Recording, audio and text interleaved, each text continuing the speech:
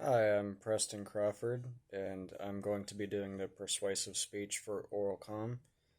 And what I'm going to be talking about is healthcare and why universal healthcare is the superior choice to our current system.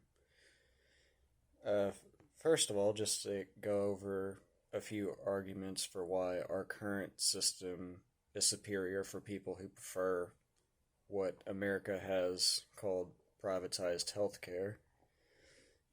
Some of the arguments is that it improves the quality of the care received, that it is much faster than universal health care or socialized health care, whichever, and that healthcare workers, doctors, nurses, things like that, don't receive any kind of pay cuts. They also say that it maximizes the freedom to the people.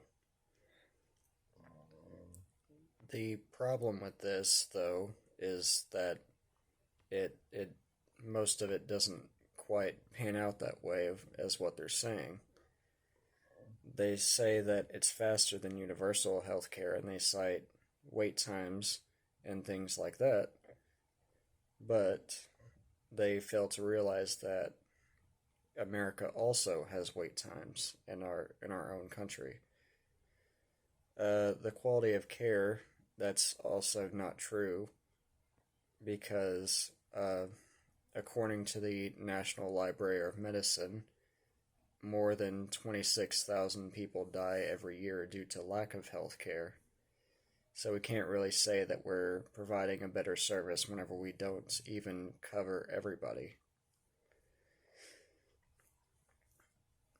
Healthcare workers also don't suffer pay cuts under socialized healthcare. There's no kind of doctor crisis or anything like that because in Scandinavia or Europe because they're getting paid so little. They don't really take any pay cuts. And secondly, the reverse is actually true for it giving more freedom to the people. Whenever you think about privatized healthcare and insurance companies, what's the main thing that kind of comes with that? They only cover certain medicines, they only have certain in network doctors that you can go to, and they only cover certain procedures. Meanwhile, under, say, Denmark or Norway's system, it's free at the point of service. You can just go anywhere, you walk in, give your name, and then you receive whatever it is that you need. So, in a way, socialized healthcare actually increases freedom for people because you're not tied down by an insurance company. The arguments for socialized healthcare is that America is actually the only developed country without it. There are plenty of countries without socialized healthcare, but they're usually places in like the Middle East or Africa or places like that, or certain parts of Asia, depending on how developed they are.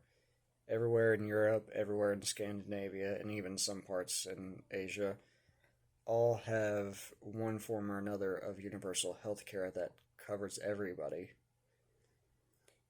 And another argument that people would use for why America can't do it, they would say it's too expensive, and that, oh, America has a much larger population than a place like Denmark, for example, just to keep bringing that up. The problem with that is that the USA actually pays the most for healthcare. Using England as an example, they have what is considered to be the strongest socialized healthcare system in the world. They pour more funding to it in any country, or they pour more funding into it than any other country, except for America, which paid 7.5 times more than England. They cover everybody, and yet they only paid uh, a percentage of what we pay every year. Another another good example of this is insulin prices. If you go to Canada, for example, insulin is about $10 to $15, depending on where you go.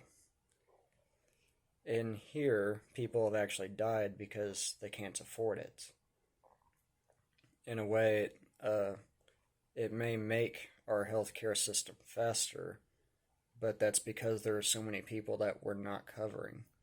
And it's kind of a disturbing argument to make that, oh, well, it's okay if these people die because they don't have access to healthcare as long as, the lucky ones are able to not have to wait a bit longer. Uh, that's about it. That's pretty much all of the points that I wanted to cover on universal healthcare and why we should switch that system. So thank you.